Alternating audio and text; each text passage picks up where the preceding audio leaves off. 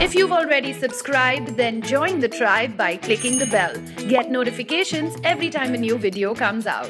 Hey tribe, Frisia here, and before I get into these 3 awesome techniques that you can use to overcome stress and anxiety during your exams, I also wanted to tell you that hey, you can pretty much use these techniques at any point in your life. Also, don't forget that I've got my social media handles. Would love to hear from each and every one of you. The PO box number is there as well. Some amazing cards, postcards have been coming in, so keep that love pouring in all the time. Everybody has like that quick fix little thing that you use to overcome stress. So why don't you share that with the tribe in the comment section below and let everybody know what is your quick fix for when you're in a stressful situation.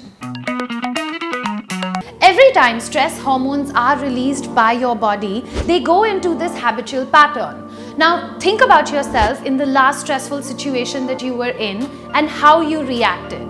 Do you react exactly the same way every time you're in a stressful situation?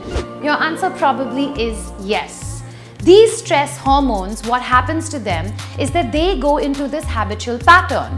A pattern that you find repeating again and again, and it goes into your long-term memory. So it's like this automatic reaction that is triggered off in your body when you're faced with that situation, and there's absolutely no mechanism that you can use to just put that button and switch it off. But that's why we've got this episode on WAC. And the first technique that I'm going to tell you about, it's really hilarious.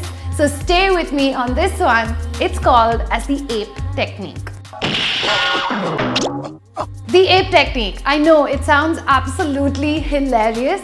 So basically it actually comes from that animal instinct when animals are in a very stressful situation. They freeze, they almost can't move.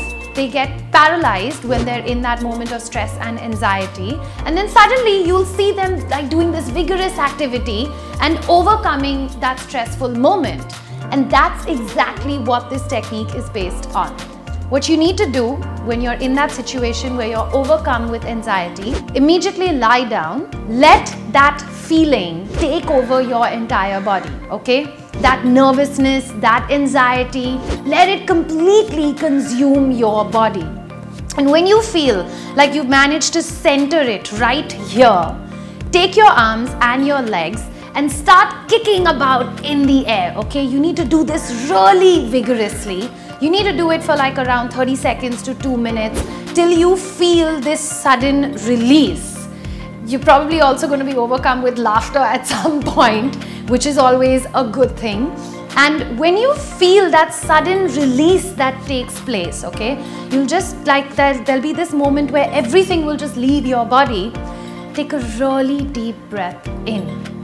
And if you can do that 2 or 3 times, where you take deep breaths and try and center those in.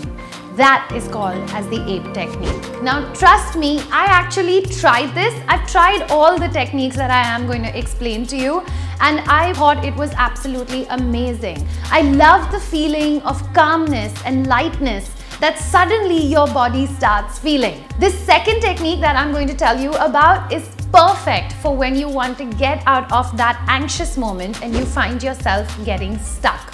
It's called as the butterfly release technique. What a beautiful name it's got.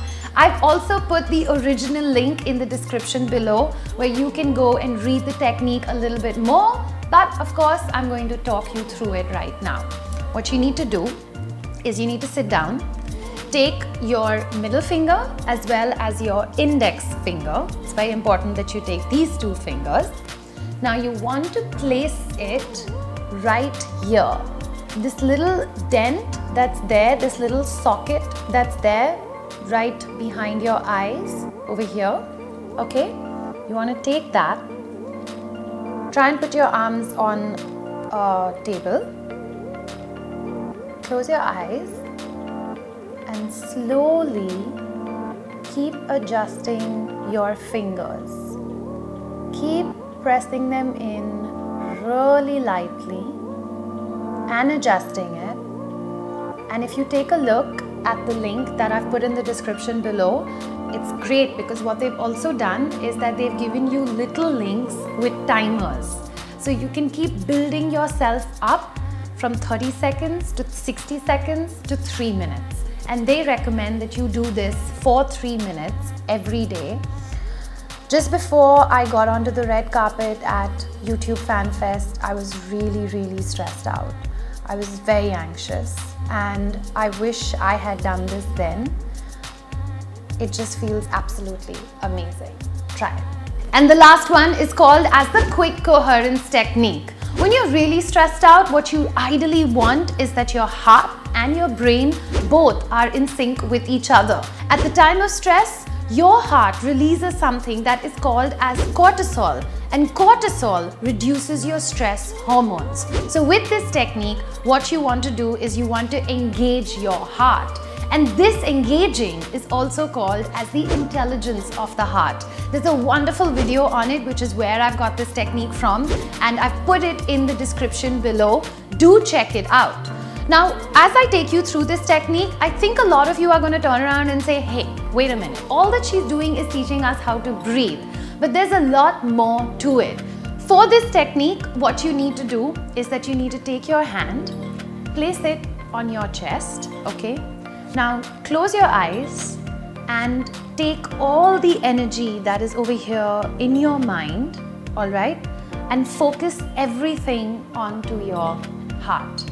Literally, like, take that elevator from the brain floor, get into it, and get off rather at the heart floor. Now, take any emotion or a wonderful feeling, something that has made you feel really happy or positive in your life. Take that moment and start focusing on that moment. And slowly start breathing and breathe a little deeper than normal.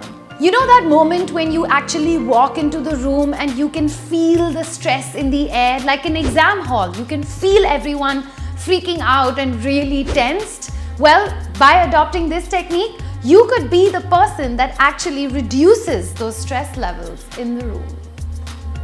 Other than these 3 breathing techniques, here are a few quick things that you can also do to help you focus and study better. Take breaks after 45 minutes of studying because cramming in for long periods of time does nothing for you. I'm a big promoter of yoga and exercise, and if you can do even a quick 15 or 20 minutes of a workout, it'll really help you focus and feel energized. You can even go to my social media handles where I put up some nice workout videos. Your study space is sacred. Maintain that. Do no other fun activities there except studying. You are what you eat. So fried chips, those will do nothing for you as a midnight snack. Reach out for a fruit or maybe even some muesli or granola to stay alert. So best of luck everyone, and in the words of Sadhguru, remember, you're here to learn and not to prove. I'm going to catch you again very soon with another smashing episode, hopefully smashing for you, on WAC. Till then, don't forget that you've got Freesia on Instagram, Freesia on Twitter, Freesia B on Facebook, and of course my PO Box number. I always love hearing from each and every one of you. Like this video, share this video because you're going to help a lot of your friends out there. And hey, the tribe, you guys are always going to comment down below.